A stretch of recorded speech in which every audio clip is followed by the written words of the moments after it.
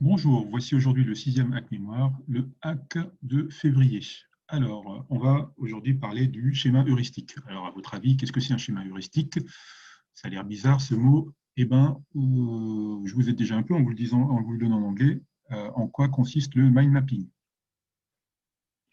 Alors, la théorie du chemin. Alors, le chemin heuristique, il a plusieurs mots. On peut dire aussi carte mentale, schéma mental, carte heuristique, mind map en anglais. Et donc, le principe, c'est de représenter synthétiquement des connaissances utiles du BIA, pour le coup, du BIA, hein, pour nous, et celles qui posent problème. Voilà. Donc, de manière un peu stylée, sur une petite feuille avec des petits dessins pour que ce soit plus agréable à revoir et pas forcément des listes de textes qui sont pénibles à regarder. D'accord. Donc, c'est un peu visuel, c'est beaucoup plus agréable quand c'est graphique.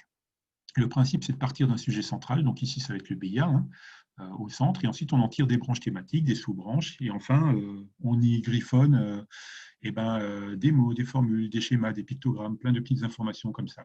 D'accord. Voilà.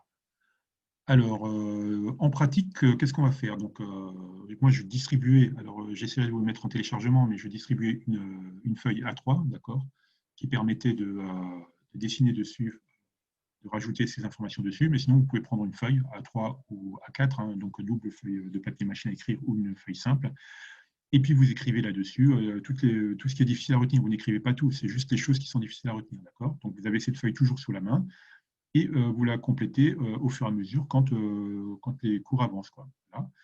Et évidemment, vous ne mettez pas que du texte, vous essayez de mettre des dessins, donc des pictogrammes, hein, vous utilisez donc des outils visuels de facilitation graphique, comme vous voyez sur les petits schémas là à côté, hein. Donc on peut dessiner une cible plutôt que d'écrire un objectif, on peut dessiner un petit avion, ce genre de choses. D'accord.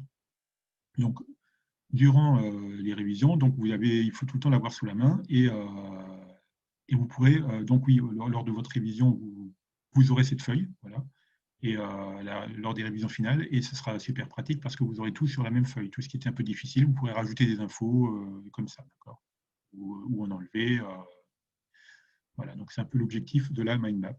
Et donc, on va passer à l'action tout de suite. Donc, alors, moi, je vais essayer de vous mettre donc la feuille en téléchargement, celle que vous voyez à gauche, hein, et moi, je la distribue à les élèves en présentiel. Et donc, ils complétaient ou pas la mind map, si ça leur plaisait ou pas, s'ils trouvaient ça utile ou pas, avec ce qu'on a déjà vu en cours dans les séances précédentes et qu'ils ont eu du mal à mémoriser, donc ils le rajoutaient, et ensuite ce qu'on voyait au fur et à mesure qui était un peu difficile à mémoriser. Allez, petite question pour rigoler, toujours. Pour faire avancer efficacement ma mind map sur le BIA, je dessine et colorie méticuleusement durant le briefing. Sûrement pas, d'accord, on n'a pas le temps. Je note toutes les informations sur la mind map en temps réel pour qu'elle soit complète. Ben non, ça c'est pas possible. Vous ne pouvez pas tout mettre sur cette mind map, hein. C'est que les choses qui ont du mal à rentrer. Ce qui est évident pour vous, c'est pas la peine de le rajouter.